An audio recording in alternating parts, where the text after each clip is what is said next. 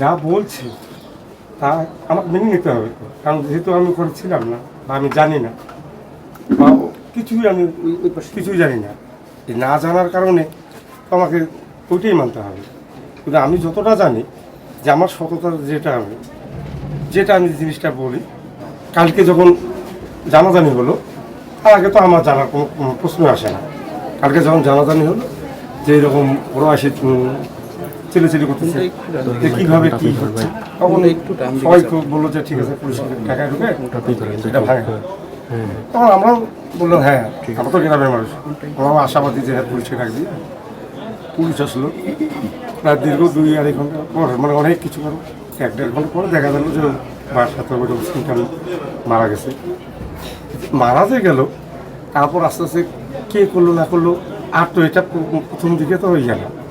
রাত্রি অনেক, যখন রাত্রি 3টা বেজে গেল, তখন আমরা সবাই তো ওটা ফাঁকা হয়ে গেছে, আমরা ওখানে বসেই আছি, আরও আশাটি বাড়ির ছেলেপেলে আমরা বসে আছি। পুলিশ এসে বলতেছে এই বাড়িগুলো কার। আমি বললাম আমার, একজন বললো আমার, আরেকজন বললো আমার, এভাবে সবাই বললো তো আমাদের এখানেই বাসা, এই বাসা বলছে এই বাসা কার। আমি একটু আসলে দ্বিতীয় আসার পরে বলতেছে যে আপনার ছেলে সিদ্ধার্থ। হ্যাঁ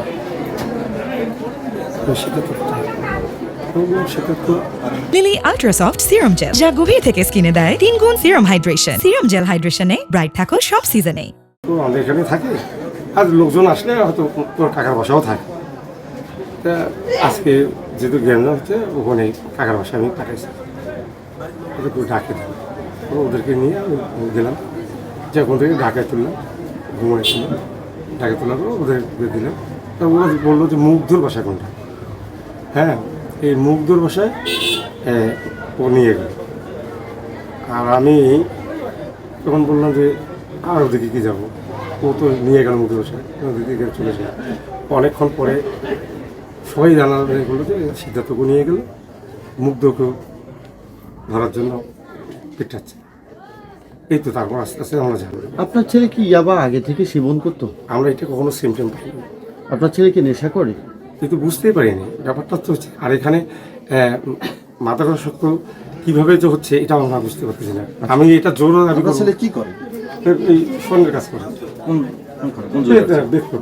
আচ্ছা, আরেকটা ব্যাপার বলেন তো একটু। আমরা গতকাল দেখেছিলাম রাত্রে যখন ঘটনা ঘটে এবং পুলিশ যখন এখানে আসে তখন এমনিতেই কাজকে গরম ছিল। আর হাত পাখা এখন আছে, যে হাত পাখা সবসময় ওটা একটা হতো ফ্যানের কথা, সেখানে এই যে একটা নৃশংস ঘটনা ঘটলো, আপনার ছেলেকে পুলিশ ধরলো, আপনি হাস্যোজ্জ্বল মুখে আমাদের সাথে কথা বলছেন। না শুনেন, আমি বলবো একটাই বলবো, আমার সততায় আমি অনড় থাকবো, আমার সততায় আমি অনড় থাকবো।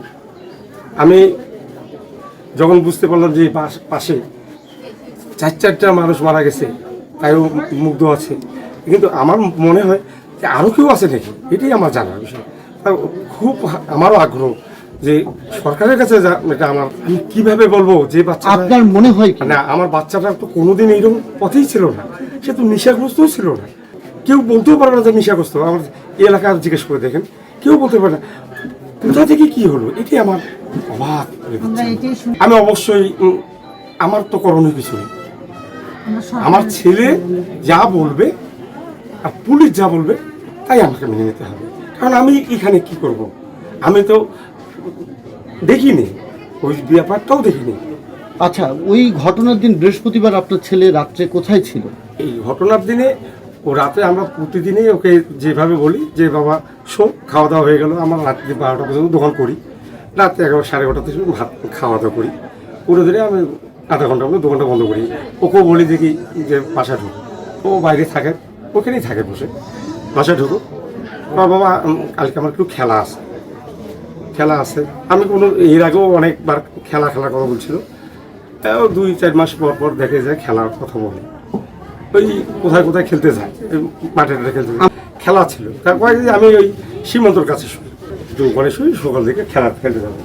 এটাই আমি তো ওর বন্ধু, ও ভালো ছেলে, আমি এটাই জানি, ও ভালো ছেলে, আমার ছেলেও ভালো ছেলে। কিন্তু ওই মুগ্ধ ছেলেটা ও একটু আমরা ওকে দেখলে ভয় করি। আচ্ছা, মুগ্ধর সাথে কি আপনার ছেলের বন্ধুত্ব ছিল? না না, পাড়া প্রতিবেশী, মানে এমনি তাদের হ্যাঁ। সম্পর্ক কেমন? আসা যাওয়া করে ওইটাই আমরা নিষেধ করি, কোনোদিন আসিও না বা এরকম এইরকম। আমাদের কাছে এইরকম সিম টিম মনে হয় নাই। ওনাদের বাড়িতে প্রায় দিনে বন্ধ করে থাকে, ওরা অনেক সময় বাইরে থাকে, আমরা কখনো ওদের সঙ্গে মিশি না, বা এই আশেপাশে জিজ্ঞেস করে দেখেন উনি কারোর সঙ্গে মিশে না কোনোভাবে কথাবার্তাও বলে না।